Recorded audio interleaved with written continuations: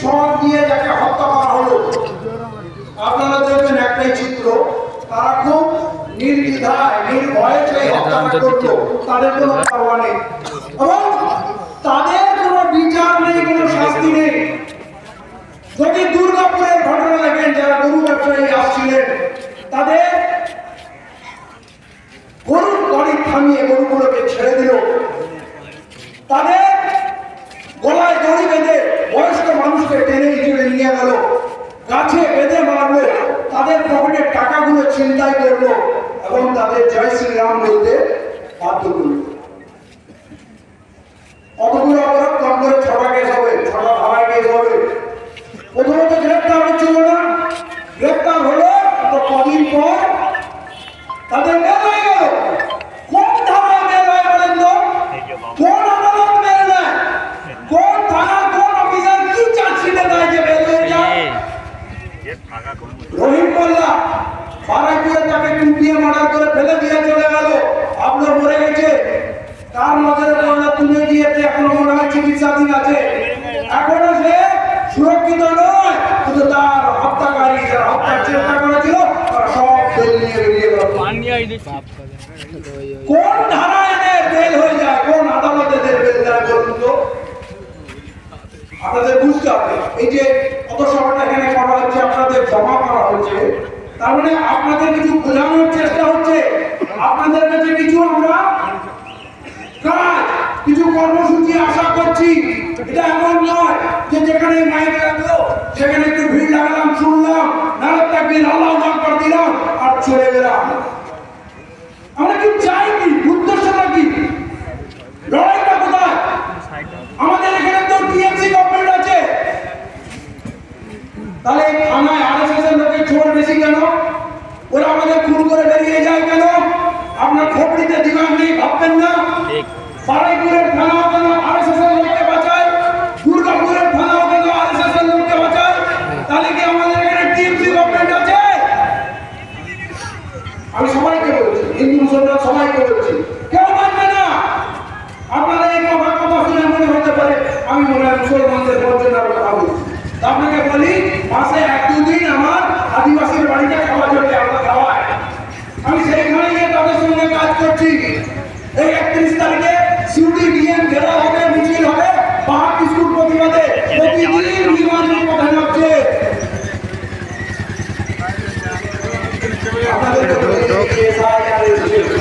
কাল পর্যন্ত যারা বিজেপির সবথেকে বড় সমর্থক ছিল, আজ তার সবথেকে বড় বিরোধী। এতদিন ভোটের রিভিউ হতো, সারা বছরই হতো। স্বাভাবিকভাবে যে লোক মারা গেছে তার নাম ভোটার লিস্ট থেকে বাদ যাবে। কারণ যদি 2 জায়গায় 4 জায়গায় ভোটার লিস্টের নাম থাকে, এক জায়গায় থাকলে বাকিটা বাকি হবে। কেউ যদি নতুন ভোটার হয় তার নাম আসবে, এটা তো হয়ে আসছে। এসআইআর বিপজ্জনক কেন? এসআইআর বিপজ্জনক এই কারণে, বলছে যদি তোমার নাম 2002 সালের ভোটার লিস্টে থাকে তাহলে তুমি তোমার চিন্তার কোনো ব্যাপার নেই, তোমার কাগজ লাগবে না। বলছে তোমার না থাকলে তোমার আব্বা মার নাম যদি, বাবা মা বলে দিই, তাহলে অনেক মুসলমানদের কথা বলছি, যদি বাবা মার নাম 2002 সালে থাকে তাহলে আপনি সুরক্ষিত, আপনার কোনো ডকুমেন্ট লাগবে না। মারপ্যাচ হচ্ছে এই জায়গায়, তাহলে 2024 সালে যারা ভোট দিল তাদের কি হবে? তাদের তার মানে কোনো ভ্যালু হবে না। মানে 2024-এ ভোট দিয়েছে আর 2002 সালে যদি নাম না থাকে, তার মানে চালাকিটা কোথায়? রিভিউর কথা হচ্ছে, রিভিউর কাজ হচ্ছে, লোক মরে গেলে নাম বাদ দেবে, 18 বছর বয়স হয়ে গেলে ভোটার লিস্টের নাম উঠবে, আর কারো যদি 2 জায়গায় 4 জায়গায় থাকে তাহলে এক্সট্রা নাম বাদ দেবে। তবে 2020 সাল ধরে টানছে গেল। যারা সবথেকে বেশি বিজেপি ভক্ত, আমার নমশূদ্র, আমার উদ্বাস্তু ভাই বোনেরা, যারা বাংলাদেশ থেকে এসেছিল, যারা জয় শ্রীরাম স্লোগান দিয়ে মোদিজি জিন্দাবাদ করে নাচছিল, যে এখান থেকে মুসলমানদের তাড়াবো, আর এদের সম্পদগুলো, দোকানগুলো, গোডাউনগুলো, কারখানাগুলো, এদের কবুল চাকর সব আমরা পেয়ে যাবো। আজ তাদের উপরে হামলা। আমি আমার হিন্দু ভাই বোনদের বলছি, বিজেপিকে চেনো, বিজেপি না মুসলমানের, না হিন্দু, না খ্রিস্টানের, জৈনের কারণা মণিপুরে কয়েকশো গির্জা পুড়িয়ে দিল। আমার আদিবাসী বন্ধের উলঙ্গ করে রাস্তায় হাঁটানো হচ্ছে, সেখানে একদিকে খ্রিস্টান আদিবাসী আর একদিকে হিন্দু আদিবাসী, 2 বছরের উপরে লড়াই হচ্ছে। ইন্ডিয়ান আর্মি থামাতে পারছে না, তাহলে চায়নাকে কি করে থামাবে, পাকিস্তানকে কি করে থামাবে? ঘরের মধ্যে লড়াই হচ্ছে ভাই ভাই ছাড়া। কেন? আসলে এরা চায়। তার মানে এখানে খ্রিস্টানরা সুরক্ষিত না, বৌদ্ধরাও সুরক্ষিত না। মহারাষ্ট্রের মুম্বাইয়ের বুকে বুলডোজার মেরে জৈনদের মন্দির ভেঙে দেওয়া হলো, তাহলে সুরক্ষিত কে? কেউ সুরক্ষিত না। আদিবাসীদের জঙ্গল পাহাড় তাদের কাছ থেকে ছিনিয়ে নেওয়া হচ্ছে, হত্যা করা হচ্ছে। কিন্তু মুশকিল কি জানেন? আমরা শুধু নারের তাকবীর আল্লাহু আকবার দিতে শিখেছি, সাউন্ড ফোন করছি, ব্যাটারি ডাউন নাকি? মুশকিল হলো কি আমরা শুধু নারের তাকবীর আল্লাহু আকবার দিই। আমি ওলামাদের জিজ্ঞেস করছি, আমরা মসজিদে কোনোদিন নারের তাকবীর আল্লাহু আকবার দিয়েছি? জুম্মার নামাজে, ঈদের নামাজে, ওয়াক্তিয়া নামাজে কোনোদিন দিয়েছি কি? তাহলে যেটা ওইখানে দিই না, আমরা রুকু সিজদায় গেলে আল্লাহু আকবার বলি, তাসবিহে আল্লাহু আকবার বলি। তাহলে যেখানে হিন্দু মুসলমান শিখ খ্রিস্টান পুরো দেশের মানুষের কথা হচ্ছে, এসআইআর মানে তো মুসলমানের বিষয় না, সবার বিষয়। ওবিসি আমাদের বিষয়। তাহলে যেখানে পুরো দেশকে এক করার ব্যাপার হচ্ছে, তার মানে আপনি নারের তাকবীর আল্লাহু আকবার আরো জোরে করছেন, মানে আপনি হিন্দু ভাইদের বলছেন পালিয়ে যাও, এটা আমাদের মুসলমানদের ব্যাপার, তোমাদের থাকার দরকার নেই। এটা বুঝতে হবে যে কাজটা মসজিদে করি না, সে কাজটা রাস্তায় কেন করবো? আমরা কি শক্তি দেখাই? এই শক্তি দেখালে কি হিন্দুরা ভয় পেয়ে যাবে? মানে ভাবি কি কোনো কাজ করার পিছনে তো উদ্দেশ্য থাকবে। এতে কি প্রমাণ হয় আমরা খুব শক্তিশালী?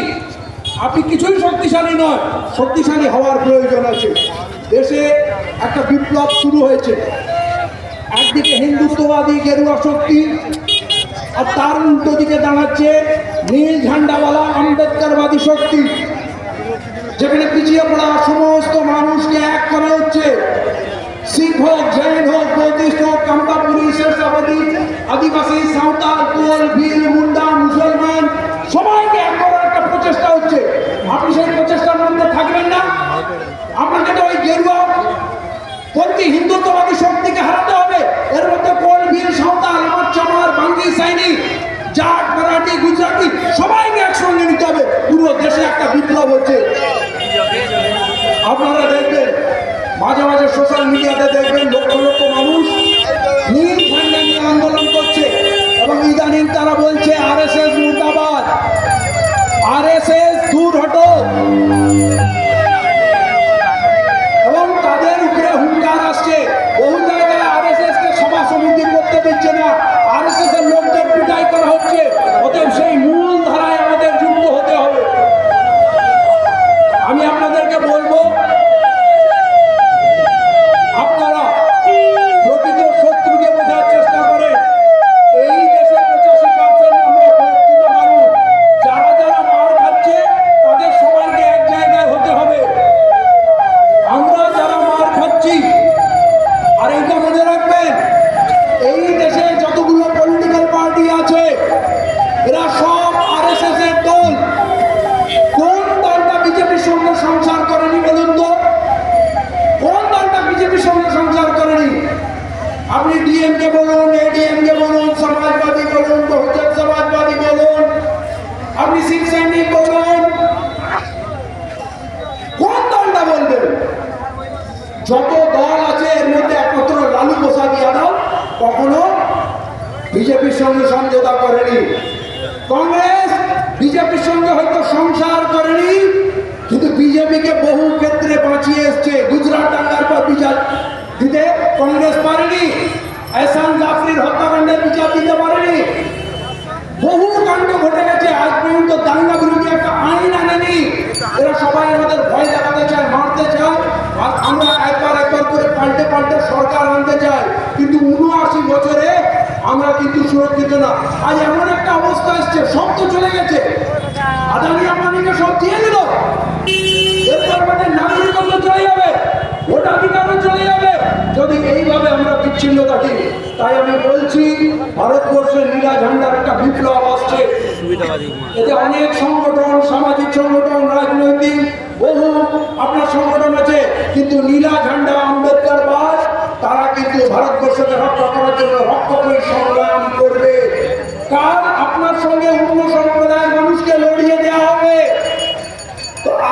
আজকে তাদেরকে আমাদের সঙ্গে নিতে হবে।